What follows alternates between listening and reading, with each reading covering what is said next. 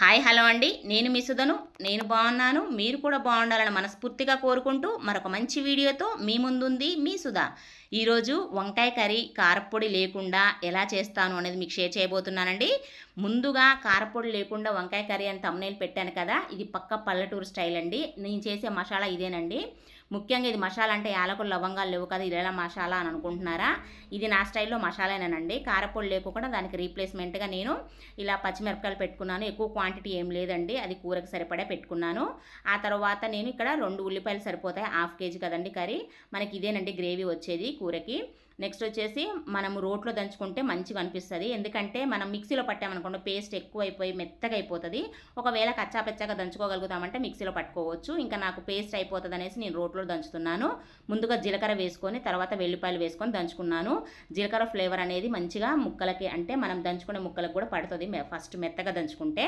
తర్వాత వచ్చేసి మిరపకాయలు ఉల్లిపాయలు కూడా కచ్చాపెచ్చగా దంచుకుంటున్నానండి. ఇది మెయిన్గా కచ్చాపెచ్చగా అని అన్నాను కదా, ఇది చూడండి ఇలా దంచుకోవాలి. ఇది మసాలా నా స్టైల్లో, ఇది పక్కా పల్లెటూరు స్టైల్ అంటానండి. ఎప్పుడు మేము ఇలానే చేస్తూ ఉంటాము, చాలా టేస్ట్గా ఉంటుంది. ఒకసారి ఎవరికైనా పెట్టి చూడండి ఇలా చేసి, ఒకవేళ మీరే తిని చూడండి, ఈ టేస్ట్ సూపర్ వేరే లెవెల్ అబ్బా అంటారు, అంత బాగుంటుంది అనమాట ఈ కర్రీ. నెక్స్ట్ వచ్చేసి మనం ఒక కడాయి పెట్టుకున్నాను. కడాయిలో నాకు సరిపడ నూనె, అంటే 4 పావులు నూనె పోసుకున్నాను. కొంచెం ఎక్కువ తినేవారు ఎక్కువ వేసుకోవచ్చు, మ్యాక్సిమం నూనె తక్కువనే వాడడం మంచిదండి. మీకు ఇక్కడ ఎక్కువ కనిపిస్తుంది లేదో, లాస్ట్లో అయితే చాలా తక్కువగా ఉంటుంది. ఆయిల్ మొత్తము అబ్జర్వ్ చేసేసుకుంటాయి ముక్కలు, ఏమి ఉండదు, కనిపించదు కూడా. తర్వాత వచ్చేసి మనం దంచుకున్న పేస్ట్ని ఇందులో వేసుకున్నాను.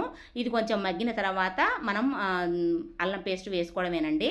ఇక్కడ నాలో మైనస్ ఏంటంటే పెద్ద కడాయి కనిపిస్తుంది కదా, ఈ కడాయిలోనే ఎందుకు వండుతున్నారు, చిన్న గిన్నెలో వండుకోవచ్చు కదా అని చాలామందికి అనిపిస్తుంది. చిన్న కూర అయినా, అంటే 1/2 కేజీ క్వాంటిటీ అయినా కూడా నేను ఈ కడాయిలోనే వండుతానండి, ఎందుకంటే నాకు అది అలవాటు అనమాట.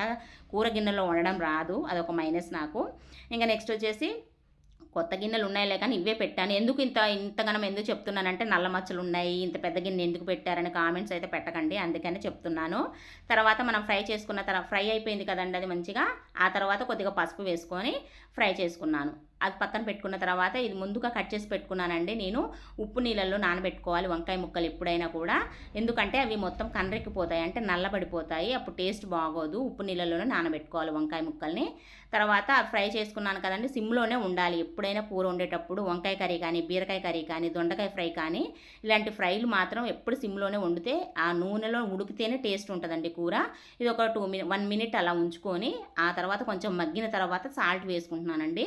ఒకవేళ ఉల్లిపాయ ముక్కలు డైరెక్ట్గా తరుక్కొని వేసుకుంటే మాత్రానికి సాల్ట్ అప్పుడు వేసుకుంటే ఉల్లిపాయలు కూడా తొందరగా మగ్గుతాయని అంటుంటాం కదా, అలా కాకుండా నేను ఉప్పు ఇప్పుడు వేస్తున్నాను.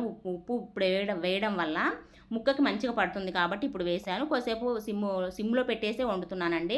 ఇలా నేను ఒక చేతితో కెమెరా పట్టుకొని షూట్ చేయడం వల్ల ముక్కకి సరిగ్గా కలపలేకపోతున్నాను.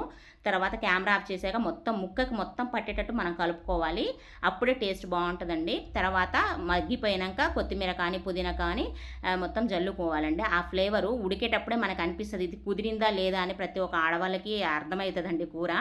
అప్పుడు వండినప్పుడు ఆ ఫ్లేవర్ వల్లనే మనకు అర్థమైపోద్ది కూర సూపర్గా ఉంది అని అనిపిస్తుంది అనమాట. తర్వాత మగ్గిపోయిన తర్వాత కొంచెం మసాలా జల్లుకున్నాను. మసాలా మాత్రం ఎక్కువ వాడనండి నేను, చాలా తక్కువ. వంకాయ కూర ఎప్పుడైనా నాన్ వెజ్ ఆ టైంలోనే మసాలా అనేది యాడ్ చేస్తూ ఉంటాను.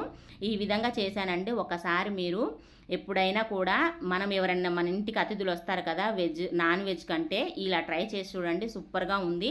ఈ టేస్ట్ వాళ్ళని అడిగి చూడండి, సూపర్గా ఉంది, వేరే లెవెల్ అబ్బా అంటారు. మరొక మంచి వీడియోతో మళ్ళీ కలుస్తాను, అంతవరకు సెలవా మరి.